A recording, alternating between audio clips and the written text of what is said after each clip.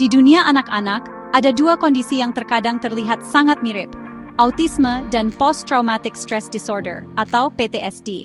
Keduanya bisa membuat anak menarik diri dari lingkungan sosial mereka. Mereka juga bisa menunjukkan reaksi emosional yang intens atau perilaku yang berulang. Kemiripan gejala ini seringkali menimbulkan kebingungan besar. Para orang tua, guru, bahkan profesional medis kadang sulit menentukan akar masalahnya. Apakah perilaku anak ini disebabkan oleh cara otak mereka memproses dunia sejak lahir, seperti pada autisme? Ataukah ini adalah respons terhadap peristiwa menakutkan yang pernah mereka alami, seperti pada PTSD? Ini adalah pertanyaan penting yang jawabannya menentukan jalan hidup seorang anak. Memahami perbedaan ini bukanlah sekadar urusan akademis. Ini adalah kunci untuk memberikan dukungan yang tepat. Bayangkan memberikan intervensi untuk trauma kepada anak autistik yang tidak pernah mengalami trauma. Tentu tidak akan efektif. Sebaliknya, memperlakukan anak dengan PTSD seolah-olah mereka memiliki gangguan perkembangan saraf bisa memperburuk luka emosional mereka. Kesalahan diagnosis dapat menyebabkan frustrasi bagi anak dan keluarga.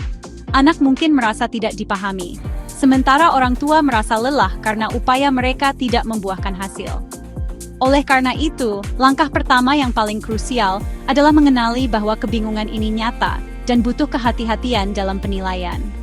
Tantangan ini menjadi lebih rumit karena seorang anak bisa memiliki keduanya sekaligus.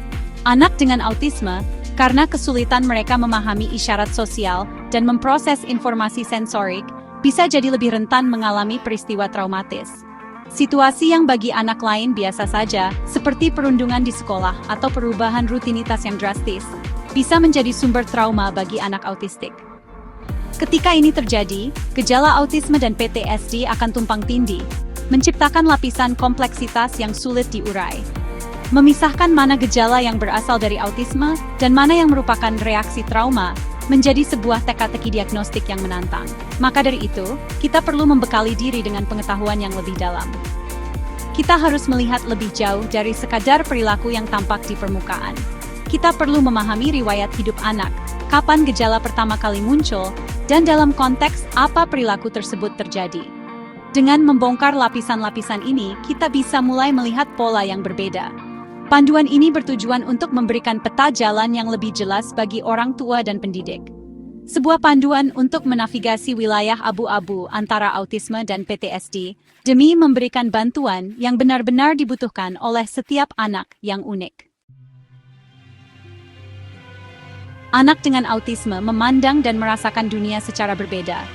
Otak mereka terhubung dengan cara yang unik, terutama dalam hal interaksi sosial, komunikasi, dan pemrosesan sensorik. Bagi mereka, dunia bisa terasa sangat bising, terlalu terang, dan penuh dengan aturan sosial yang membingungkan. Mereka seringkali mengandalkan rutinitas dan prediktabilitas untuk merasa aman. Ketika rutinitas ini terganggu, atau ketika mereka dihadapkan pada situasi sosial yang rumit, mereka bisa merasa sangat cemas dan kewalahan. Kerentanan inilah yang membuat mereka lebih berisiko mengalami peristiwa sebagai sesuatu yang traumatis, bahkan jika orang lain tidak melihatnya demikian. Peristiwa traumatis bagi seorang anak autistik bisa sangat beragam. Ini tidak selalu harus berupa peristiwa besar yang mengancam jiwa. Perundungan di sekolah misalnya, bisa menjadi sumber trauma yang mendalam, karena mereka mungkin tidak mengerti mengapa mereka menjadi sasaran, atau tidak memiliki kemampuan untuk membela diri secara sosial. Pindah rumah, kehilangan hewan peliharaan, atau bahkan perubahan besar dalam jadwal harian, bisa terasa seperti guncangan hebat bagi mereka.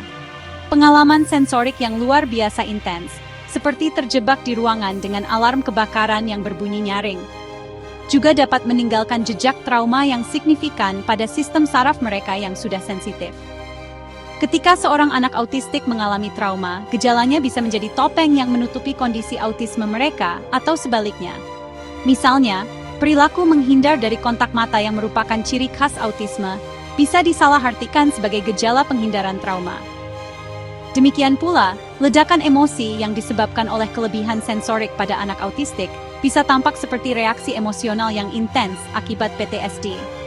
Interaksi yang kompleks ini menuntut kita untuk tidak membuat kesimpulan terburu-buru. Kita harus bertanya, apakah perilaku ini selalu ada sejak kecil, atau baru muncul setelah peristiwa tertentu? Pertanyaan ini membantu memisahkan benang merah antara kondisi bawaan dan reaksi yang dipelajari.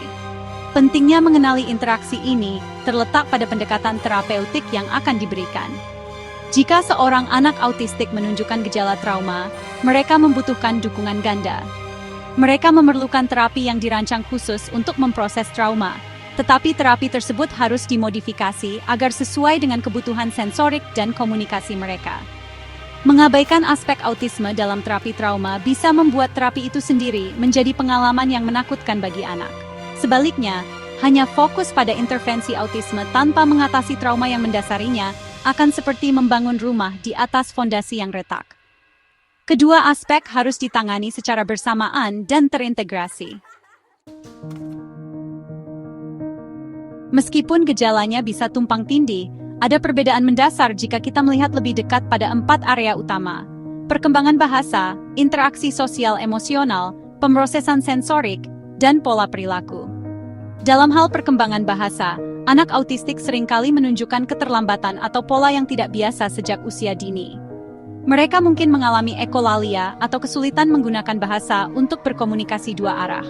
Sebaliknya, anak dengan PTSD yang sebelumnya memiliki perkembangan bahasa normal mungkin tiba-tiba menjadi pendiam, kehilangan kemampuan bicara yang sudah dikuasai, atau bicaranya menjadi terbata-bata setelah peristiwa traumatis terjadi. Pada ranah sosial emosional, perbedaannya juga cukup jelas. Anak dengan autisme memiliki kesulitan mendasar dalam memahami isyarat sosial, empati, dan menjalin pertemanan. Kesulitan ini bersifat konsisten dan sudah ada sejak awal kehidupan mereka. Di sisi lain, anak dengan PTSD mungkin sebelumnya adalah anak yang sosial dan mudah bergaul. Namun setelah trauma mereka mulai menarik diri, menghindari orang atau tamu tertentu, dan menunjukkan ketidakpercayaan pada orang lain. Perubahan ini adalah sebuah pergeseran dari perilaku normal mereka sebelumnya, bukan sebuah pola yang sudah ada sejak lahir. Mereka mungkin masih memahami isyarat sosial, tetapi terlalu takut untuk berinteraksi. Perbedaan dalam pemrosesan sensorik juga menjadi petunjuk penting. Sensitivitas sensorik pada anak autistik adalah bagian dari kondisi neurologis mereka. Mereka mungkin sangat sensitif terhadap suara, cahaya, atau sentuhan tertentu sepanjang hidup mereka. Perilaku seperti menutup telinga atau menghindari tekstur makanan tertentu adalah hal yang umum dan konsisten. Sementara pada anak dengan PTSD, kepekaan sensorik biasanya terkait langsung dengan pemicu trauma. Misalnya, seorang anak yang mengalami kecelakaan mobil mungkin menjadi sangat terkejut dan bereaksi berlebihan terhadap suara klakson atau rem mendadak. Padahal sebelumnya, mereka tidak memiliki masalah dengan suara keras. Terakhir, mari kita lihat pola perilaku. Anak autistik sering memiliki minat yang sangat spesifik dan terbatas, serta terlibat dalam perilaku berulang seperti mengayunkan tubuh atau mengepakkan tangan untuk menenangkan diri. Perilaku ini membantu mereka mengatur dunia internal mereka. Bagi anak dengan PTSD, perilaku yang mungkin tampak berulang seringkali merupakan pemeragaan ulang dari peristiwa traumatis, baik secara sadar maupun tidak sadar melalui permainan. Mereka juga menunjukkan kewaspadaan berlebih, selalu waspada terhadap bahaya, dan mudah terkejut. Perilaku ini bukan untuk menenangkan diri, melainkan respons dari sistem saraf yang merasa terus-menerus terancam. Untuk memahami perbedaan ini dalam konteks nyata, mari kita lihat 2 kasus hipotetis. Kasus pertama adalah Nicole, seorang gadis berusia 7 tahun. Orang tuanya membawanya ke psikolog karena ia sangat sulit berteman di sekolah. Nicole sering bermain sendirian, menghindari kontak mata, dan akan sangat marah jika rutinitas hariannya berubah sedikit saja. Ia memiliki minat yang sangat dalam pada dinosaurus dan bisa berbicara tanpa henti tentang berbagai jenis spesies, tetapi tidak tertarik pada percakapan lain. Riwayat perkembangannya menunjukkan bahwa ia mengalami keterlambatan bicara saat balita, dan selalu sensitif terhadap suara keras dan label pakaian yang gatal. Dalam kasus Nicole, tidak ada peristiwa traumatis signifikan yang dilaporkan oleh orang tuanya. Gejala-gejala yang ia tunjukkan, kesulitan sosial, ketergantungan pada rutinitas, minat terbatas, dan sensitivitas sensorik, telah ada secara konsisten sejak ia masih kecil. Perilakunya di sekolah adalah kelanjutan dari pola yang sudah terbentuk selama bertahun-tahun. Setelah melalui penilaian komprehensif yang mencakup observasi, wawancara dengan orang tua, dan tes standar, Nicole didiagnosis dengan Autism Spectrum Disorder atau ASD. Intervensi yang direkomendasikan berfokus pada terapi okupasi untuk masalah sensorik dan terapi wicara untuk meningkatkan keterampilan komunikasi sosialnya. Kasus kedua adalah Jessica, juga berusia 7 tahun. Jessica dibawa ke psikolog karena perilakunya berubah drastis dalam 6 bulan terakhir. Sebelumnya, ia adalah anak yang ceria, suka bermain dengan teman-temannya, dan berprestasi baik di sekolah. Namun, setelah keluarganya terlibat dalam kecelakaan mobil, Jessica menjadi sangat penakut dan mudah marah. Dia sering terbangun di malam hari karena mimpi buruk, mengeluh sakit perut setiap kali akan naik mobil, dan menjadi sangat lengket pada ibunya. Di sekolah, ia yang tadinya aktif menjadi pendiam dan sering terlihat melamun. Saat bermain, ia berulang kali menabrakkan mobil mainannya. Berbeda dengan Nicole, riwayat perkembangan Jessica sepenuhnya normal hingga terjadinya kecelakaan. Perubahan perilakunya yang mendadak, mimpi buruk, penghindaran terhadap pemicu seperti mobil, dan pemeragaan ulang trauma melalui permainan adalah tanda-tanda klasik PTSD. Penilaian mengonfirmasi bahwa gejala-gejala ini adalah respons langsung terhadap peristiwa traumatis yang ia alami. Jessica didiagnosis dengan PTSD.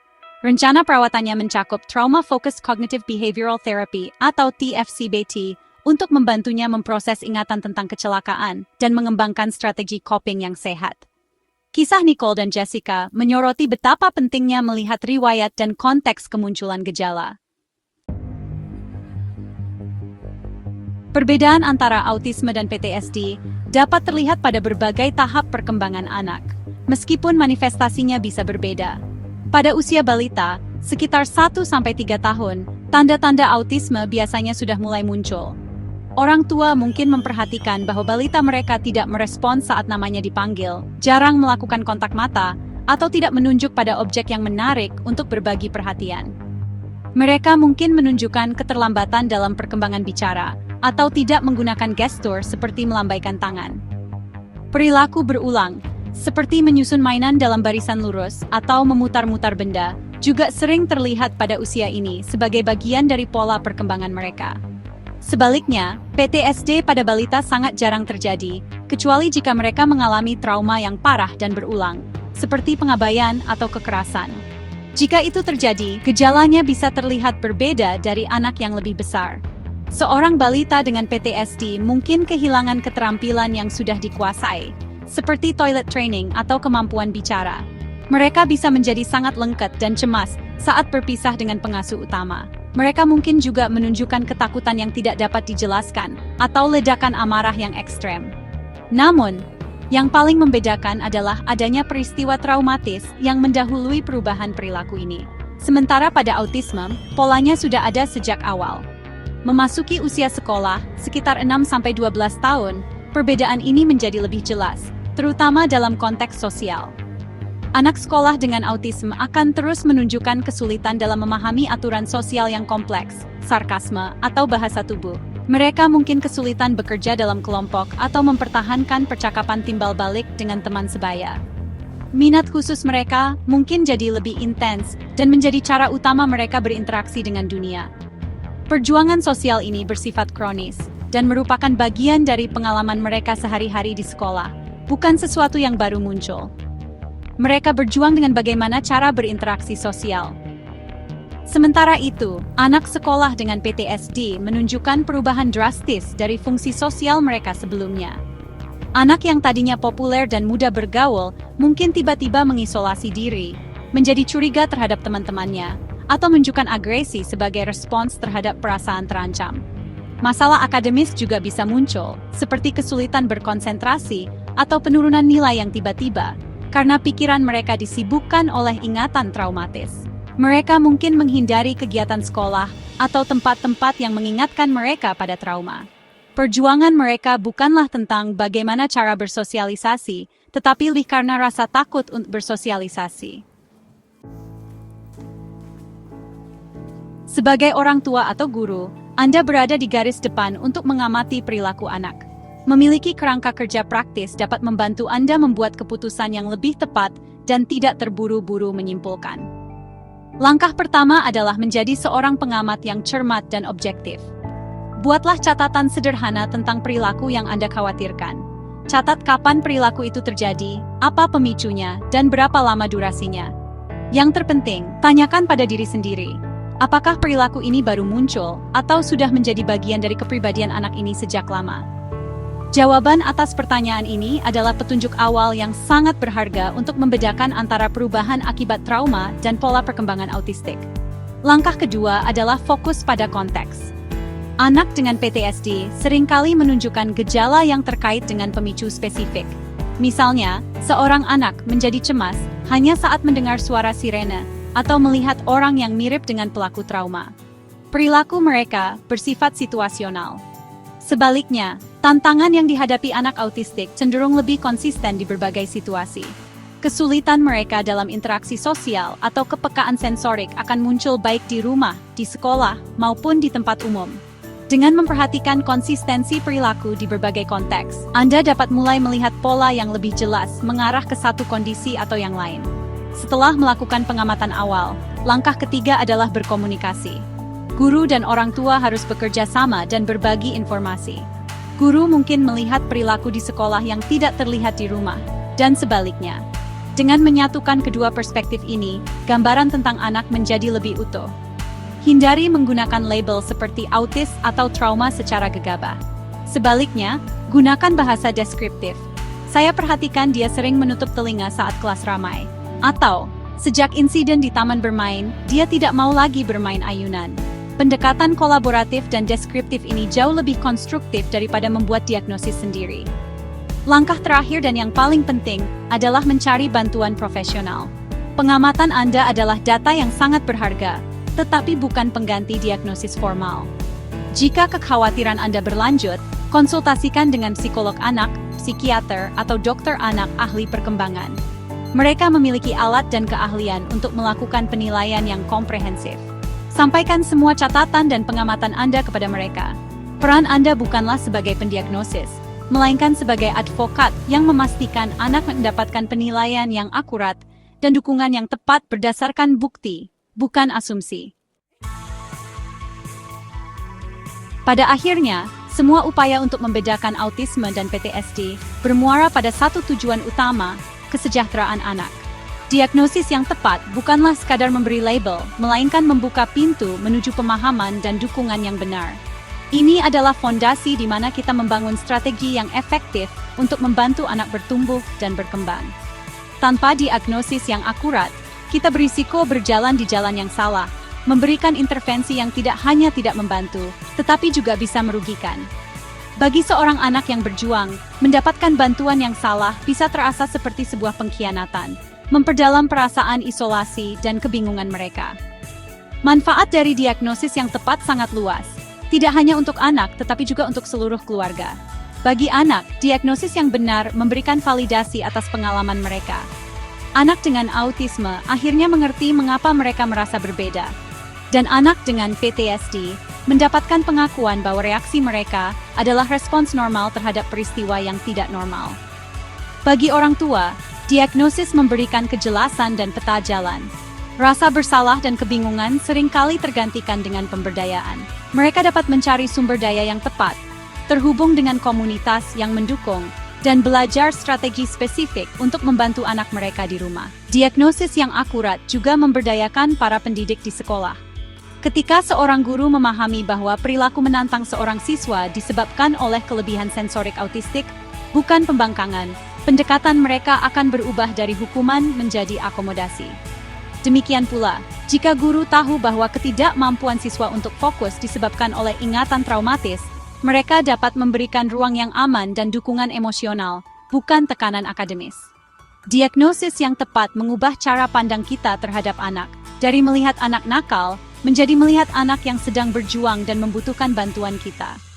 Oleh karena itu, mari kita berkomitmen untuk melihat setiap anak secara menyeluruh. Mari kita luangkan waktu untuk mendengarkan cerita mereka, mengamati dunia dari sudut pandang mereka, dan menahan diri dari penilaian yang tergesa-gesa. Membedakan antara autisme dan PTSD memang rumit, tetapi ini adalah perjalanan yang harus kita tempuh dengan kesabaran, empati, dan keingintahuan.